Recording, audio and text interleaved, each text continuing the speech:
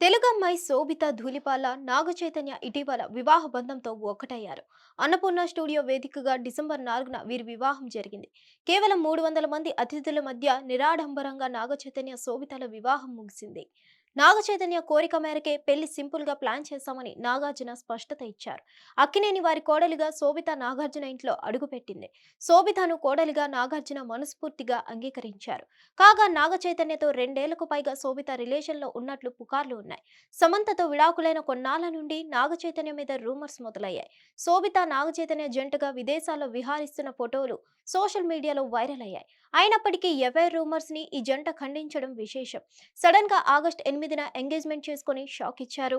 వీరి ప్రేమ ఎలా మొదలైందనే సందేహాలు చాలా మందికి ఉన్నాయి. ఇలాంటి వేళ శోభిత ఎట్టికేలకు ఓపెన్ అయ్యారు. నాగచైతన్యతో పరిచయం, ప్రేమ మొదటిసారి ఎక్కడ కలిశారో వెల్లడించింది. 2022 నుండి నేను నాగచైతన్యను ఇన్స్టాగ్రామ్లో ఫాలో అవుతున్నాను. మా ఇద్దరికి ఫుడ్ అంటే చాలా ఇష్టం. ఫుడ్ గురించి ఎక్కువగా మాట్లాడుకునే వాళ్ళం.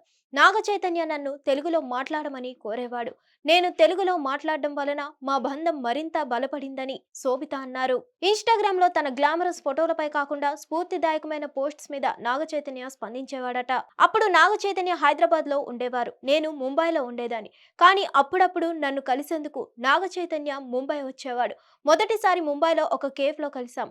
అప్పుడు నాగచైతన్య బ్లూ సూట్ వేసుకున్నాడు, నేను రెడ్ డ్రెస్ ధరించాను. అనంతరం కర్ణాటకలో ఓ పార్క్ లో కలిసాం. ఇద్దరం ఒకరికొకరం గోరింటాకు పెట్టుకున్నాం. న్యూ ఇయర్ సెలబ్రేషన్స్ కి నాగార్జున కుటుంబం తనను ఆహ్వానించారట. గోవాలో జరిగిన న్యూ ఇయర్ వేడుకల సమయంలోనే పెళ్లి ప్రతిపాదన వచ్చిందని శోభిత ఓపెన్ అయ్యారు. హిట్ టీవీ యాప్ ని డౌన్లోడ్ చేసుకోండి. ఇందులో short news, live news, entertainment movies అన్ని అవైలబుల్ గా ఉన్నాయి. Please download Hit TV app. Hit TV app. Hit TV యాప్ని ఫ్రీగా డౌన్లోడ్ చేసుకోండి.